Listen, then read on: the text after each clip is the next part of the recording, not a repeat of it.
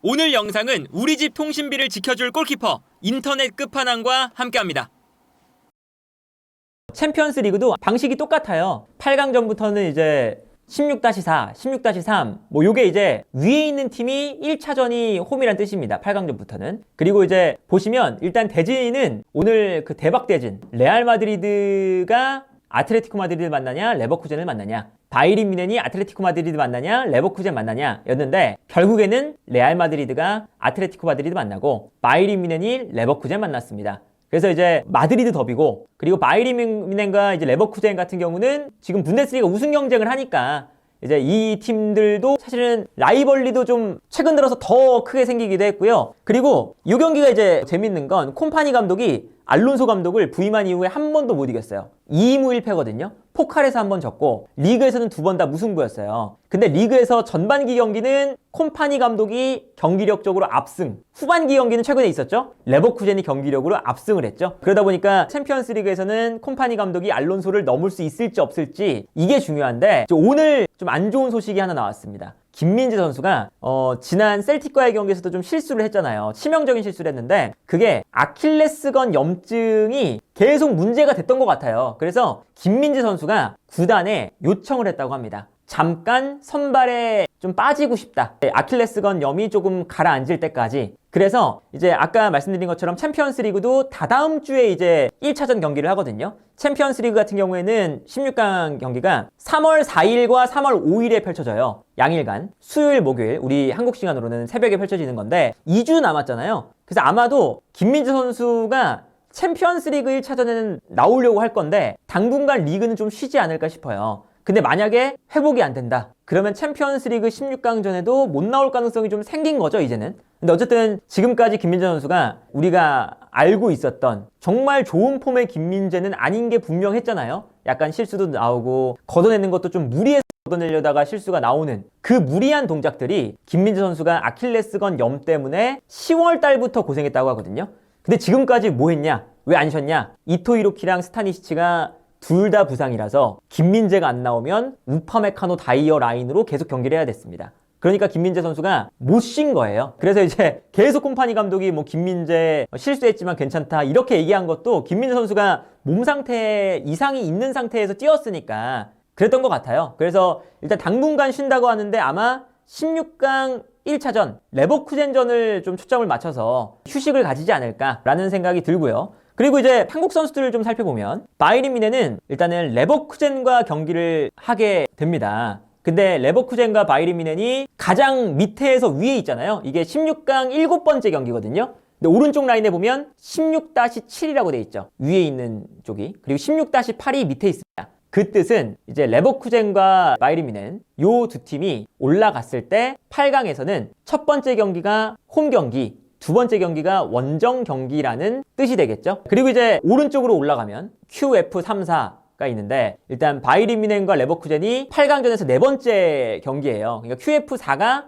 밑에 있다는 것은 바이에른 뮌헨과 레버쿠젠이 4강전에 갔을 때는 어떤 팀이 올라갈지 모르겠지만 올라가면 4강전에서는 그래도 2차전을 홈에서 가지게 되는, 그래도 이득을 볼 수 있는 4강전에서의 대진은 가지게 됐다. 그리고 이제 황인범 선수가 있는 페예노르트는 인터밀란을 만나게 됐어요. 인터밀란을 만났을 때 이제 아무래도 쉽진 않겠지만 올라가게 되면 바이에른 뮌헨을 만나게 된다라고 볼 수가 있겠고, 그리고 이제 한국 선수 다른 선수 보면 또 이강인 선수 봐야죠. 일단은 파리 생제르맹과 리버풀이 만나게 됐어요. 그러니까 파리 생제르맹도 어쨌든 플레이오프에서 올라오다 보니까 리버풀을 만나냐 아니면 이제 바르셀로나를 만나냐 이거였잖아요. 그런데 그래도 바르셀로나는 안 만나고 리버풀을 만나게 됐습니다. 근데 이제 요 경기도 사실은 좀 어렵다고 봐야 되겠고요. 그리고 요쪽 토너먼트가 지금 쭉 봤을 때 가장 강한 팀들이 모여 있긴 해요. 그러니까 파리 생제르맹과 리버풀도 있고 그 위에 아스날 있잖아요. 근데 아스날도 있는데 그 밑에 보면 레알 마드리드랑 아틀레티코 마드리드도 있거든요. 그래서 요 사다리가 사실은 그렇게 대진이 좋은 편은 아닙니다. 밑에에 비해. 밑에는 16강에서 올라올 만한 팀이 바르셀로나가 있고 도르트문트와 릴은 조금 약하죠. 세 번째 경기는 이제 바이에른 뮌헨이고 네 번째 경기는 인터밀란이에요. 그래도 이제 그 위쪽보다는 요 아래쪽이 약간의 무게감은 위쪽보다는 조금 덜한 면도 있다. 근데 전체적으로 뭐 골고루 이 16강과 8강에 이렇게 배치가 돼 있는 건 결국 리그 페이지에서 1등부터 8등 가장 잘한 팀들을 찢어놨기 때문에 이렇게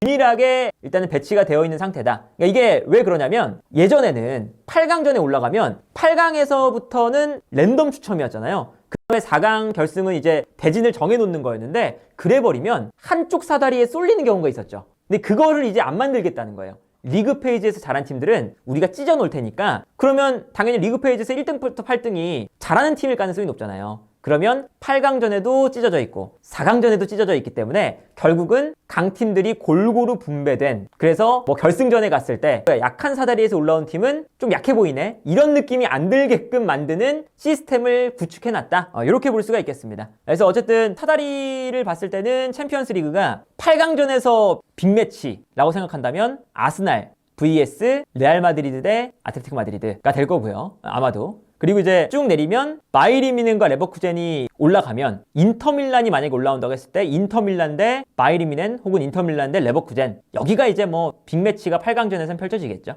그래서 이런 식으로 일단은 챔피언스 리그와 유로파 리그가 조추첨이 끝났다, 이렇게 볼 수가 있겠고, 그러니까 기본적으로는 엄청 뭐 정말 꿀 대진을 받았다, 그런 대진은 없다고 봐야 돼요, 사실.